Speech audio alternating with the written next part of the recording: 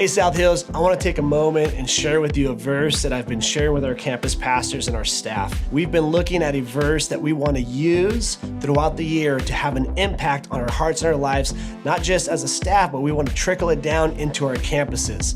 And what this verse is Philippians chapter 2, verse 4, and it says, "Not looking to your own interests, but each of you to the interest of the others." And so what we want to see happen as we go throughout the day, Monday, Tuesday, Wednesday, all the way through Saturday, that there would be moments in our life that we would actually pause and that we would intentionally just take a moment and breathe and look at the people around us and ask God for the interest of those that we're around. How many times do we actually do this? And so as a church, this is what I'm asking. Take time. Let this verse sink into your head and your heart. Memorize it. And as you go throughout the week, ask yourself the question, how? How can I pause and think about someone else in my life? And how can God possibly use me to meet that interest and invite them to be a part of an experience that's going to transform their hearts in a way that they would have never imagined?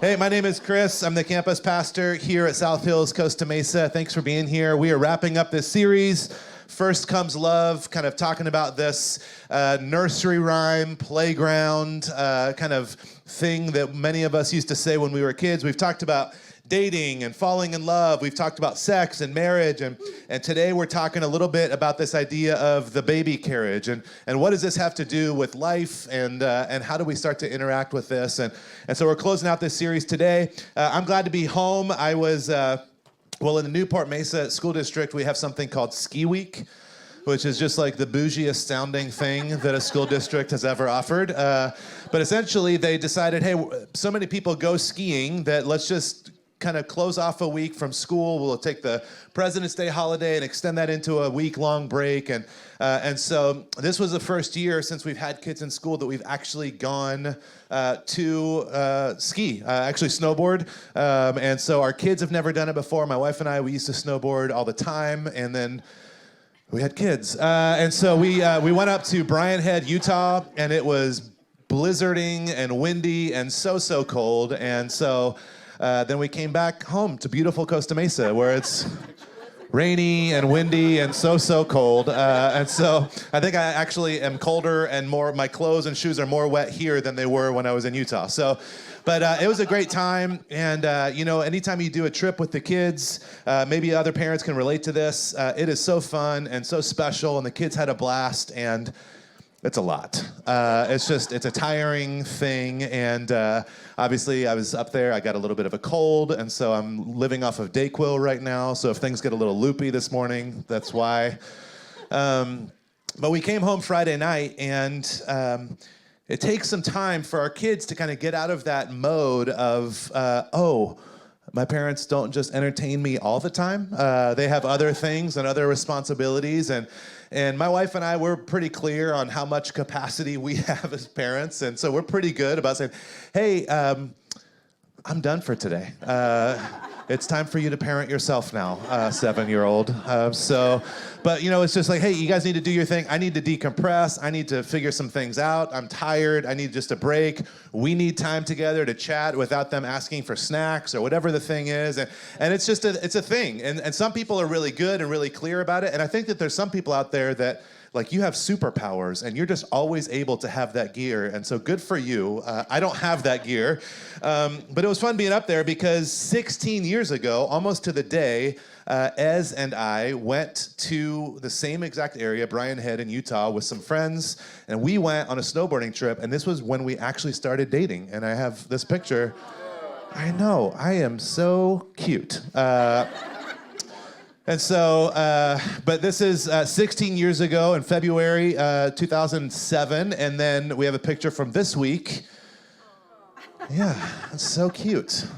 But I have a question. Do you guys, I want you to see, can you tell the difference between these two pictures? I'm not in this one. Which is probably why there weren't quite as many ahs. No. Yeah. And you know what's great is we got home and we realized that Ez and I don't have a single picture from the week together. We've got a lot of pictures of the kids. We've got a lot of pictures of her with the kids. We've got some pictures of me with the kids. But there is no longer any Ez and I photographic evidence. And maybe you guys have noticed this type of thing. If you're parents, maybe you've started to realize that there's a big shift.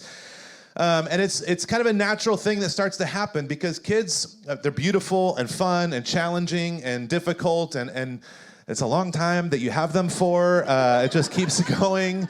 And your energy starts to shift and it feels like such a natural thing. You don't actually, most people don't even really have to think about it. Just our focus shifts so naturally to our kids and to how can we care for them and make sure that they're learning and growing and having fun and experiencing goodness and all these different types of things. And it's just kind of a natural thing that happens. And so I want to talk about that a little bit today. And if you don't have kids yet, please stay tuned because this isn't, spoiler alert, it's not going to just be something that only has to do with people who have kids. This is going to be actually something for all of us to be able to experience and pay attention to.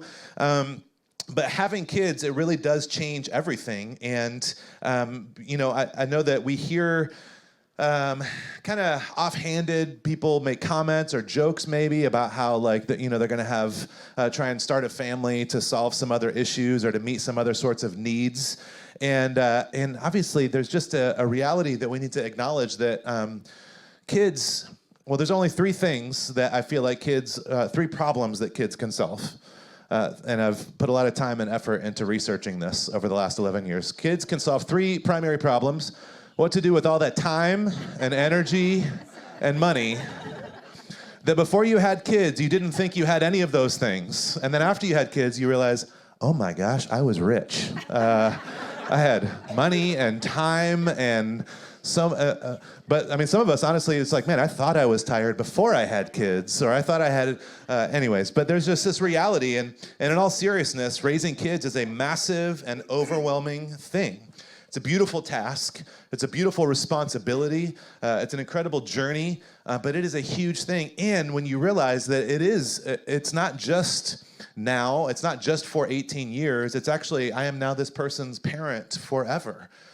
And ever and ever. And there's this thing that comes along with that, and it can be very overwhelming.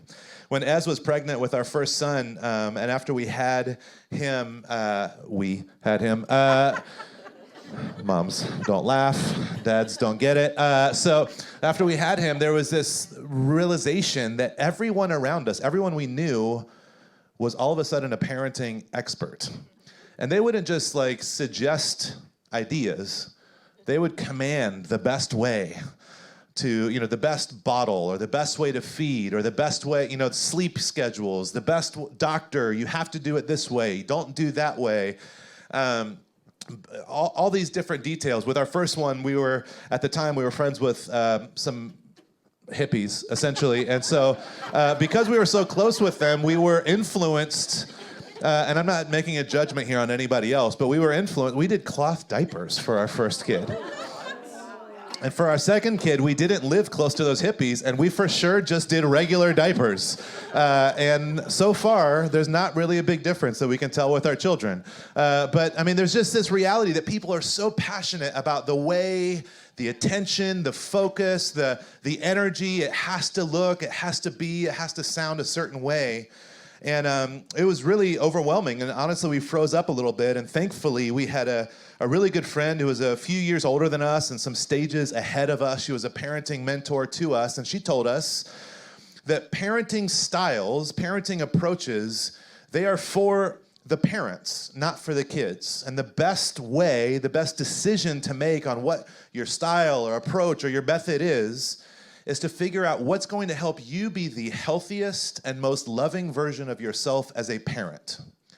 That's the best way to raise your kids. It's not, let me choose my method or let me choose my goal or let me choose any of these other things first. It's about saying, how do I become the healthiest, most loving version of myself? Because that's what my kid or kids or children, that's what they need the most. That's the thing that's going to help them grow up and become healthy and functioning people.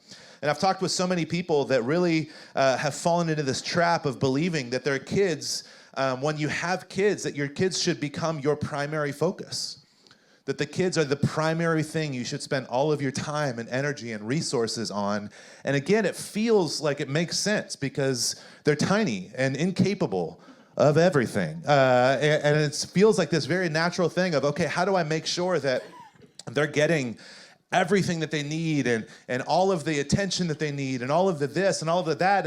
And we slip into this broken idea that our kids have to become the primary thing, and our relationship with our kids is our primary relationship. And honestly, there's a lot of challenges that come with that. This mindset kind of begins to produce other forms of heartache.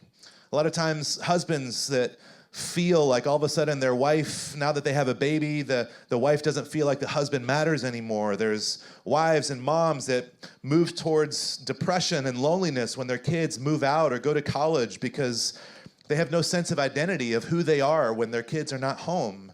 There's people that give up on being a husband or a wife just to become a mother or father. There's couples that don't prioritize their relationship because they've attended every single thing that their kid has signed up for or wanted to do forever. And there's just this sense. I was talking to somebody this week, and they said in just a very offhanded way, very matter-of-fact way, they said, you know, we basically decided that when the kids move out of the house for college, we're going to get a divorce. And that's not the first time I've heard that. That's not the first time I've actually seen that happen. It's a common thing. And if you actually pull that apart a little bit, essentially what's being articulated is our marriage exists for our kids. Our kids are the reason why we're married. Which is like, wait, that doesn't make sense. Your marriage existed before your kids. Your relationship existed before your kids. And obviously, there's a lot of journeys on here of people and their ability to have kids and decisions or changes they make in life. And maybe your marriage would actually need to exist even without kids. And there's this piece that we start to slip into, this broken perspective, and we don't necessarily identify it as broken, but I want us to begin to consider the impact and the effect of what that might mean. The more we turn away from our spouse or our partner and turn towards our kids, the more emotional distance between us widens. And it's this cycle that goes on. We get less of our need for attention met, our need for connection met, our need for closeness met from our spouse or our partner, but those needs don't go away. And oftentimes what ends up happening is we start to look to our kids to actually fulfill those needs. Our kids become our best friends. Our kids become the person that helps me feel like a good spouse or a good parent. Or we rely on our kids to help navigate us or help us navigate through difficult situations. We start to use our kids in this way that they're not meant to fulfill any of those roles in our lives. But it just begins to happen because it's easier sometimes to deal with an adorable, cuddly child than your spouse or your partner. It's easier sometimes to parent a child than it is to face the conflict or the challenges that you have in your relationships. The truth that we sometimes ignore is that the intimacy in our marriage erodes when kids become the center of our connection. And the more it erodes, the more we focus on our kids, and the more we focus on our kids, the more it erodes. And when I say intimacy, I'm not just talking about sexual intimacy. I'm talking about that closeness, true intimacy, truly knowing, caring for, relying on a partner, a spouse. It's a dangerous thing for us. There's a story in the Old Testament, in the Bible, in the Old Testament, and it's a long story, and it's actually one of the primary stories in the Old Testament. This one family, so much of what we read later in the Old Testament actually comes out of this one family, and what we see unfold in this family starts off with a man named Isaac and a woman named Rebekah, who Long story short, they fall madly in love with each other. And you can look in Genesis 24, it talks about, the beauty and the attractiveness that she has and how she's so impressed with him. And he has this field and he's meditating on the things of the Lord. And, there's like this very clear desire and connection that this couple has. So they end up getting married, and she ends up getting pregnant at some point. In Genesis 25, I just want to drop into this story here, and I don't have time to read all of it, but it says, when the time came for her to give birth, there were twin boys in her womb. The first to come out was red, and his whole body was like a hairy garment, which is something to discuss at a later time. So they named him Esau, obviously. After this, his brother came out with his hand grasping Esau's heel, so he was named Jacob. Isaac was 60 years old when Rebekah gave birth to them. The boys grew up, and Esau became a skillful hunter, a man of the open country, while Jacob was content to stay at home among the tents. Isaac, who had a taste for wild game, loved Esau, but Rebekah loved Jacob. And this story goes on, and this divide that you see just grows and grows and grows to an extreme level. And it's not just a divide between the parents and their preferential treatment of the kids. It's actually a divide in the marriage. And the damage that becomes very clear, and as this story unfolds, it has such a massive impact. And it's not just about the difference between kids, because how many of us know that our kids are very different from each other? It's about our broken ability to let our children become the most important thing in our marriage. And this is not the way that it's supposed to be. And it might feel uncomfortable, and if I'm being honest, it feels like a little bit uncomfortable to speak that to you, but it is not the way that it is supposed to be. And it's not because the kids aren't important. It's because the way that our kids can thrive and be healthy and experience the most goodness in their life is by having healthy parents, a healthy foundation to grow in, to stand on. This happens to many of us where our marriage begins to drift apart. And oftentimes we respond by drifting towards our children.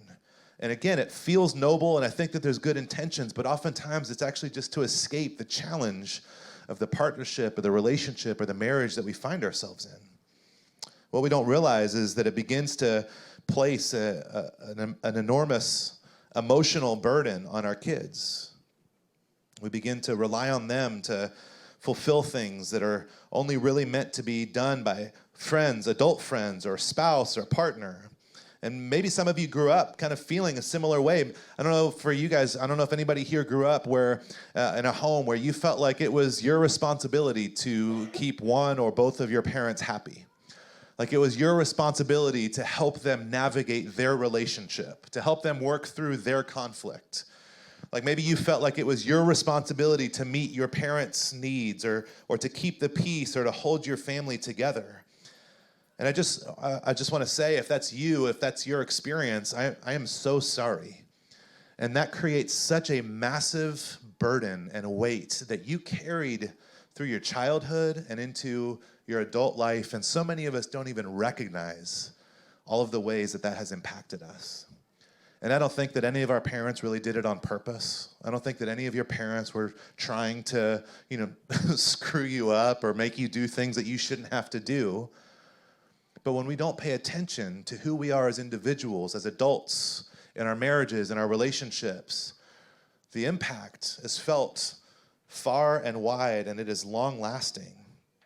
And for me, there's times when I've gotten this sense, or I've gotten a fear, or maybe I've gotten a moment of clarity where I begin to think or consider if I'm doing the same thing in some way to my own kids. This idea is that when we try to get from our kids what we're meant to get from our spouse, the struggle to find their identity and develop self-confidence and pursue their own passions. And I just want to say, I'm talking about marriage and I'm talking about parenting, and I recognize that, parenting is hard for me, and I have a wife who does almost everything. There's single parents in this room. There's single parents that I know, and honestly, like hero status for being able to carry that weight on your own. It's incredible what some of the single parents have done. There's people in here that are navigating divorce or singleness, and I get that there's a lot of different dynamics to this. And while I am talking about marriage, again, this is not just about our relationship with our spouse, and I'll try and show that in just a second. But we need to be intentional and aware of what we're doing and how we're relying on our kids for various things. While we don't mean to, oftentimes we begin to transfer our own stress or anxiety or brokenness onto our kids, and they can begin to feel guilty for having their own interests. They begin to take responsibility for other people's feelings, and they end up living in fear of doing the wrong thing. And for many of us, that's the story that we grew up with. I think that there's this natural, well-intentioned idea to put our kids first, but I think we see some different ideas and different pictures in Scripture. We see the negative effects in Isaac and Rebekah and Jacob and Esau and their family and the dynamic that comes forth from that. But there's a few other things I want to look at, just practically speaking. This idea, and I want to pull it, this is a long phrase, and I want to pull it apart a little bit, but the best thing for kids is to be raised by parents who prioritize their marriage, who process their emotional baggage, who address conflict clearly and calmly, and invest in healthy adult friendships. There's 4 different things, and we'll put all of them up on the screen. I want to talk about each one of these things, and if you are here and you are not married, the first one is prioritize your marriage. So I get that might be difficult for you to do.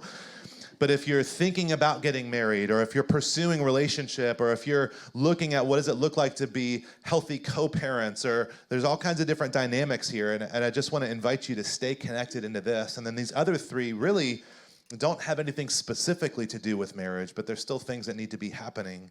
And so the first one, the best thing for our kids is to be raised by parents who prioritize their marriage. Last week we talked about marriage. We talked about this passage in Ephesians where Paul, the Apostle Paul, wrote to couples, and he talked about this idea of submitting to each other out of reverence for Christ. He went on to talk about how wives should submit to their husbands, and husbands should love their wives, and all the different dynamics. And if you weren't here, you can listen to it. I don't want to go all the way back into it. But he actually wrote a very similar, shorter version of that passage to a church in Colossae, the book of Colossians. It says, "Wives, submit to your husbands, as is fitting for those who belong to the Lord. Husbands, love your wives and never treat them harshly. Children, always obey your parents, for this pleases the Lord." Can you turn this microphone up for the kids next? I'm just kidding. Fathers, do not aggravate your children, or they will become discouraged. And as you read this, and I've read this, Colossians is actually one of my favorite books in the New Testament, and I've read this a number of times, and you kind of just assume it's just like, oh, he's just writing. And I think there's actually an intentional order here. I think there's an intentional part of this journey. Our ability to love our children well, my ability to not exasperate, as some translations say about how we can exasperate our children. This one says aggravate our children. It actually flows from my health in my marriage. It actually flows from the health that I need to have in my relationship, in my partnership. This is where I have the ability to not aggravate my children as they may or may not aggravate me, to not exhaust or exasperate my children. That's not possible when I'm relying on my kids for what I need, and it's not possible when I'm prioritizing my kids above all things.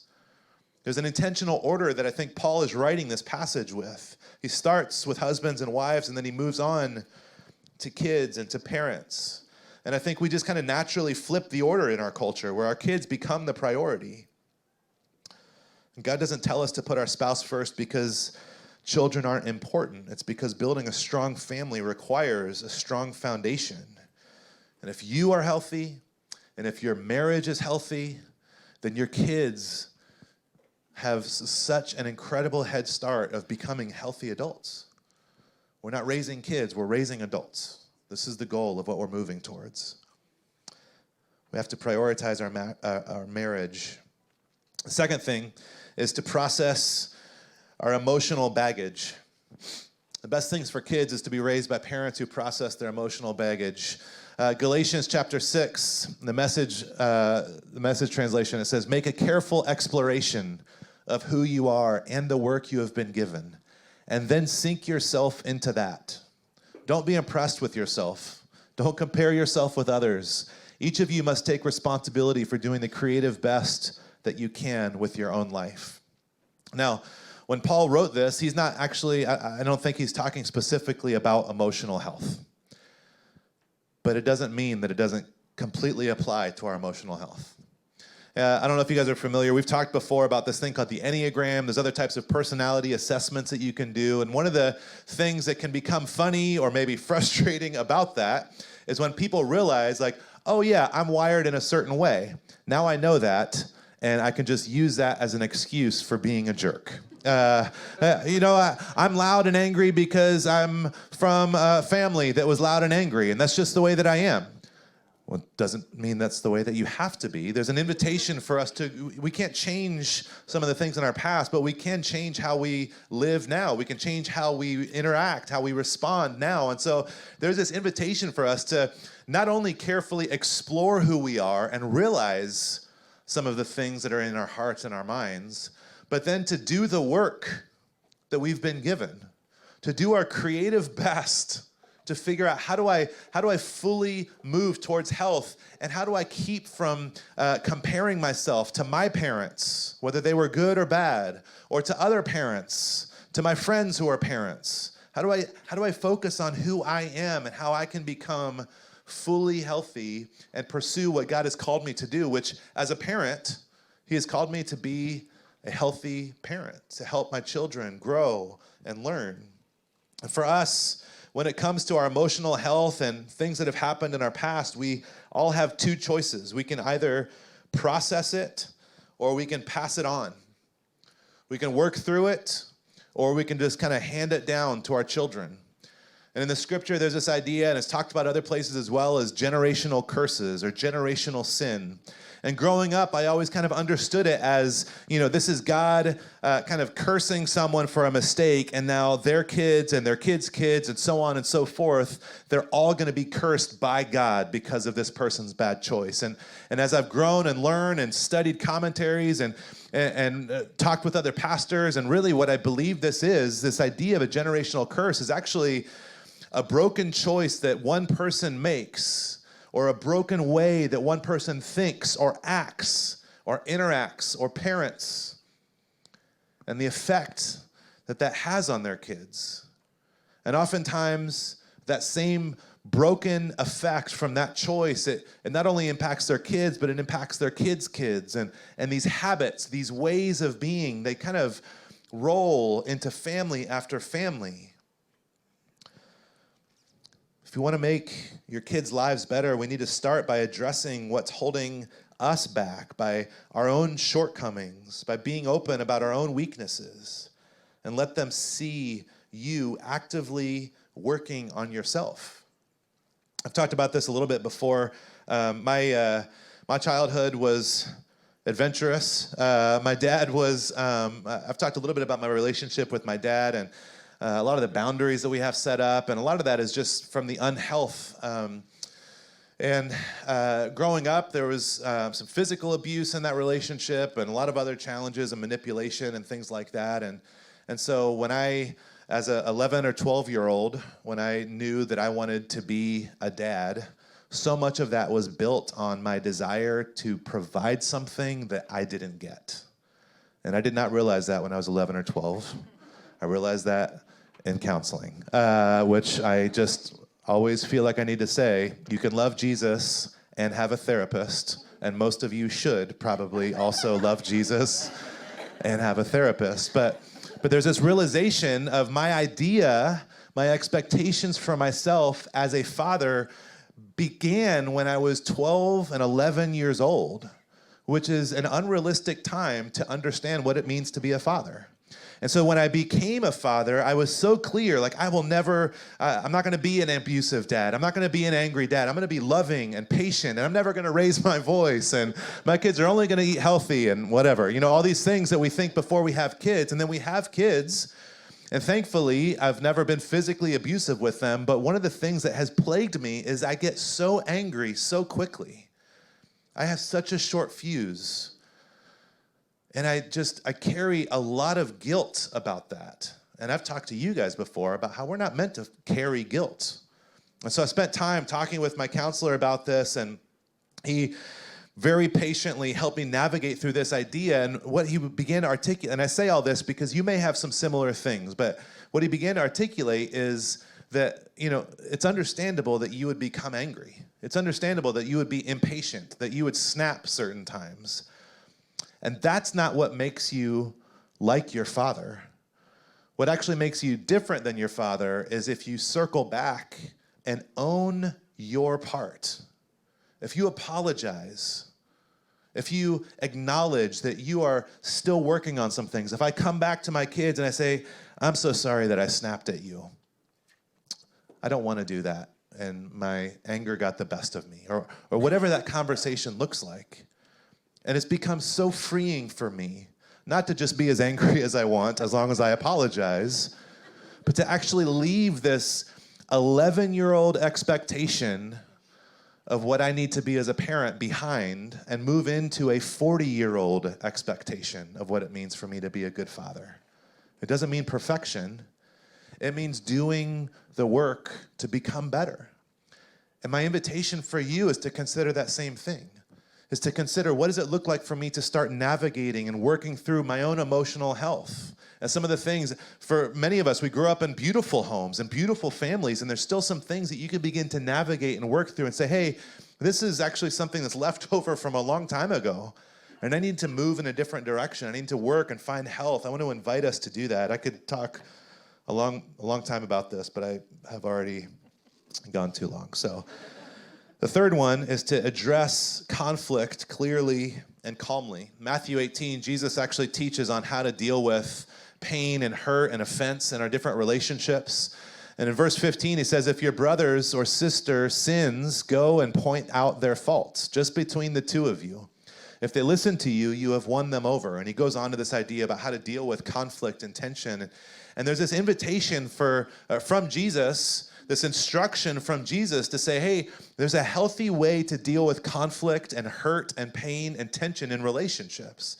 And for so many of us, we don't choose the harder, more difficult path. We choose the easier path, which there's two extremes. One of them is to explode, and one of them is to shut it down. We choose kind of one way or the other, and our kids need to see healthy conflict managed. They need to see us address and deal with challenges. It's not right, it's not appropriate, it's not helpful for them to hear us talk bad about our partner or our spouse or even other people. It's not right to play passive-aggressive games or to fight each other through our kids. Use our kids as a channel with which we get back and get kind of attack or revenge or whatever it is with our spouse or with our partner or with their parent. They need to see that when something bothers us, we go to that person and explain ourselves clearly. They need to see us manage conflict in a healthy way, because I don't know if you guys have noticed, but it doesn't seem like people really manage conflict in a healthy way. People in our world and in our culture, when they disagree, how many of us think that people just disagree in healthy ways? It's like it doesn't exist anymore. But it begins by modeling it for our kids. It begins by modeling it in our community. If you're a part of a church community, we get to do this in healthy ways. It doesn't mean that it's easy, but we take ownership of our own part and we negotiate the conflict in a healthy way. And then the last thing is that the best thing for our kids is being raised by parents who invest in healthy friendships. And for some of you guys, I know a lot of people that are like, you know what? I don't have time for anything, let alone my own friendships. And I understand that life is busy and challenging and difficult. But healthy friendships are not only beneficial for us as individuals, they're beneficial for our kids. and for kids to see their parents have friends and navigate the highs and the lows of life with their friends and to care for and support their friends and to see their parents be cared for and be supported by their friends. This is such a crucial thing for our kids to see that my life as a dad, that our life as a married couple is bigger than just them, that it's bigger than just them alone. We cannot get everything that we need exclusively from our family. We need other people to talk to and to vent to and to live life with. This is one of the reasons why I love that my kids are a part of a church that has a thriving children's ministry program. My son gets to hang out with other students and other student leaders, and they get to care for him and speak into his life in a way that I can't because I'm very annoying. And as he likes to say, cringy. But it's a beneficial thing that he has people in his life that love and care for him. And it's the same for me. I need people in my life, and my wife and I need friends in our lives that are able to do this. It's not just good for us, but it's good for our kids too, because it takes the pressure off of our kids to be everything that we need, to be our source of entertainment, to be our source of fun, for all of our activities and hobbies to be circled around just what our kids like to do for their activities and hobbies. It's so crucial for us to find our own relationships. Ecclesiastes says it this way: 2 people are better off than one, for they can help each other succeed. If one person falls, the other can reach out and help. But someone who falls alone is in real trouble. Likewise, 2 people lying close together, I don't know if I have this verse on the screen, 2 people lying close together can keep each other warm. But how can one be warm alone? A person standing alone can be attacked and defeated, but 2 can stand back to back and conquer. And 3 are even better, for a triple braided cord is not easily broken. The value of having healthy friendships as a parent, it feels like it's so easy to put that on the back seat, but there is so much goodness and value that come from that as we raise healthy kids.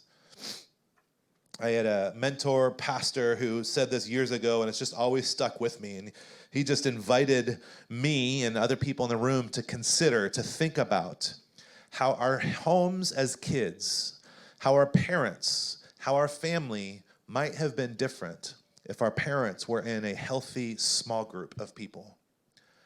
And he was talking about specifically about small groups and what does it look like to grow spiritually and rely on each other. But you could extrapolate this to friendships. What would your home have looked like if your mom and your dad, or your mom or your dad, they had healthy relationships and friendships, people that encouraged and supported and spoke into their lives? What would have been different about your childhood growing up? And some of you may have had that. Some of us may not have, but the invitation for us is to recognize the value of having these healthy friendships. Now, all that to say, there's these 4 things, and some of you are in here, and I can see you, and you're empty nesters. Some of you guys have grandkids. Some of you guys don't have kids. Some of you guys are in the middle of feeling like you're losing track of your kids, and they don't want you anymore, and you have no more influence, which is never the case. You will always have the primary influence in your kids' lives, whether it feels like it or not. We have to choose to believe that that's true, because oftentimes it won't feel like that. But how do we begin to move towards becoming a healthy mom or dad, a healthy parent? It can be overwhelming to think about trying to fix or change all of this at once, but what would it look like to just make small changes, to make just 1 degree of a shift? A couple of years ago for my birthday, I'd heard about this crazy adventure thing, and I went on it and dragged some friends along. And we rode Sea-Doos from Long Beach to Catalina Island. I know, I'm very impressive. I was sore for about 4 weeks afterwards, but it's like a 30-plus mile ride, and it was incredible. And these Sea-Doos were like no Sea-Doos I've ever seen. They were like small yachts. I mean, these things, like, let me just say, it was more comfortable than we thought it would be, and yet still uncomfortable and tiring. But we're crossing over the channel and we're flying out towards Catalina Island, and it's beautiful, and there's dolphins and all these types of things. And on the way back, it was later in the day, and so there was tons and tons of these massive cargo ships. This is a couple years ago, so this is when there was still like 75 ships out in the harbor. And I mean, we all know those things are huge, but when you're on a Sea-Doo next to one, it is overwhelming. They are massive. And I heard this podcast about a year ago, and they were talking about ships and boats, and I was on this weird boat kick for a while, and I took it out on the guys' breakfast. I think I talked about boats like 4 guys' breakfasts in a row. But there were so many things that I learned that actually made a lot of sense to real life. And one of the things that they were talking about in this podcast is how boats have a rudder, and it's this tiny thing that actually moves a massive ship. And James, in the Bible, in the book of James, it talks about the same thing, about how the tongue is like a rudder. And even though it's small, it is powerful, and it has so much impact. And they're talking about the power of a rudder on a ship. And then he went on and he said, but there's some ships that are so big that the rudder isn't powerful enough to help them turn as quickly as they need to turn. And this is serious. It's going to sound funny. But he said there's some ships, some of these massive cargo ships, that there is a little rudder on the rudder that helps these ships turn.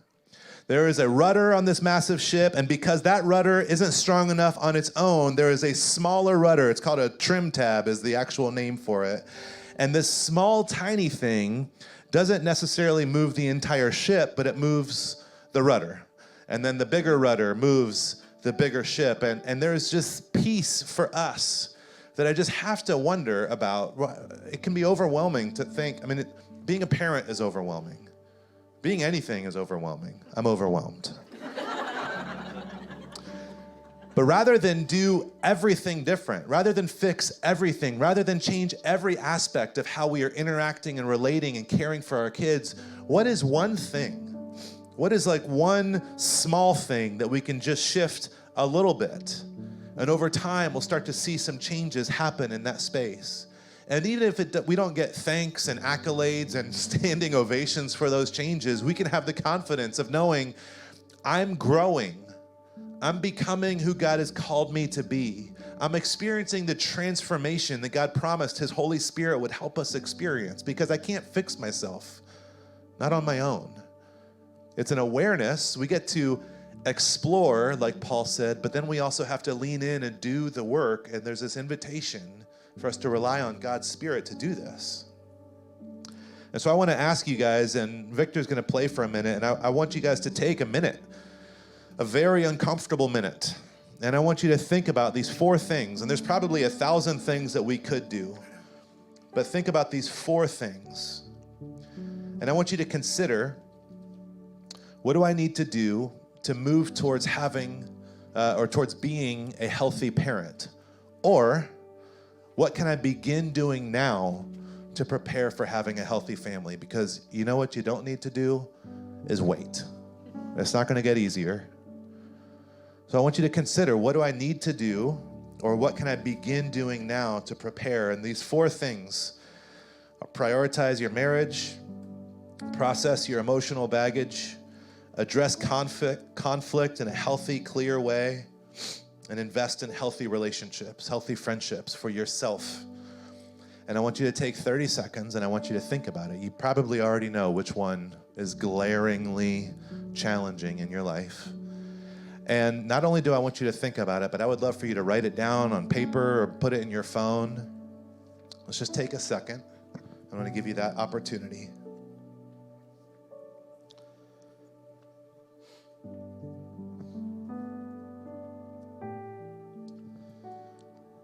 And I'm going to make it even more difficult. If you're here with your partner or your spouse, I would love for you to actually tell them what they need to. No, I'm just kidding. I want you, I know you naturally are able to do that. I want you to tell them which one you want to focus on. And if you are hearing that from them, I want you to be thrilled that they have identified one of these 4 things. It may not be your preferred one. But moving towards health, allowing God to continue to change and transform us as individuals is such a beautiful thing. And 1 degree can make such a massive impact. And so I want you to take a moment, turn towards your spouse, your partner, if you're here with them, and let them know which of these 4 things you feel like you want to focus on, you want to move towards. Prioritizing your marriage, processing your emotional health and baggage, addressing conflict, and developing and investing in healthy friendships. The challenge here is not just getting the information, it's actually doing something with it. And so that responsibility, that, what's the word that I'm looking for? The accountability is such an important piece of this.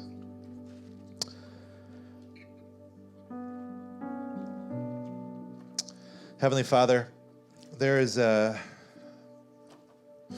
reality for each one of us when we begin to kind of zoom out a bit on life, relationships, parenting, marriage.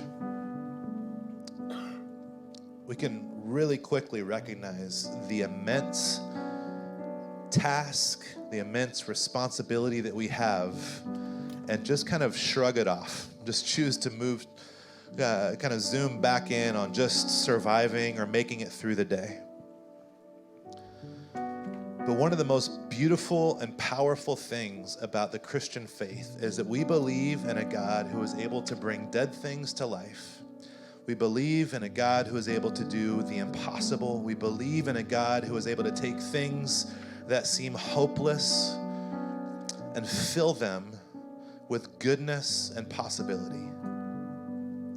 And so for each person in this room, whether they are a parent or married or single or a child or a sibling or anywhere in between, God, I pray that you would help us choose to believe that this is the truth about what is possible in you.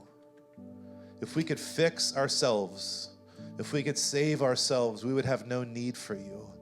But there's an opportunity for us to receive your strength and your love in our lives. And in that, in the power of your Spirit, we're able to see change happen where we could never imagine seeing change. We could see health where things felt dead. We could see hope where things felt bleak. And I know as a husband, as a father, as a friend, as a human, I have felt all of those things in my life. And so God, I pray that we would begin to believe that goodness is possible. God, I pray you would give us the courage to act on these things that we've identified. Not to fix everything and become perfect tomorrow, but to just see 1 degree shift, one small change, 1 step in a different direction. Pray all of this in Jesus' name. Amen.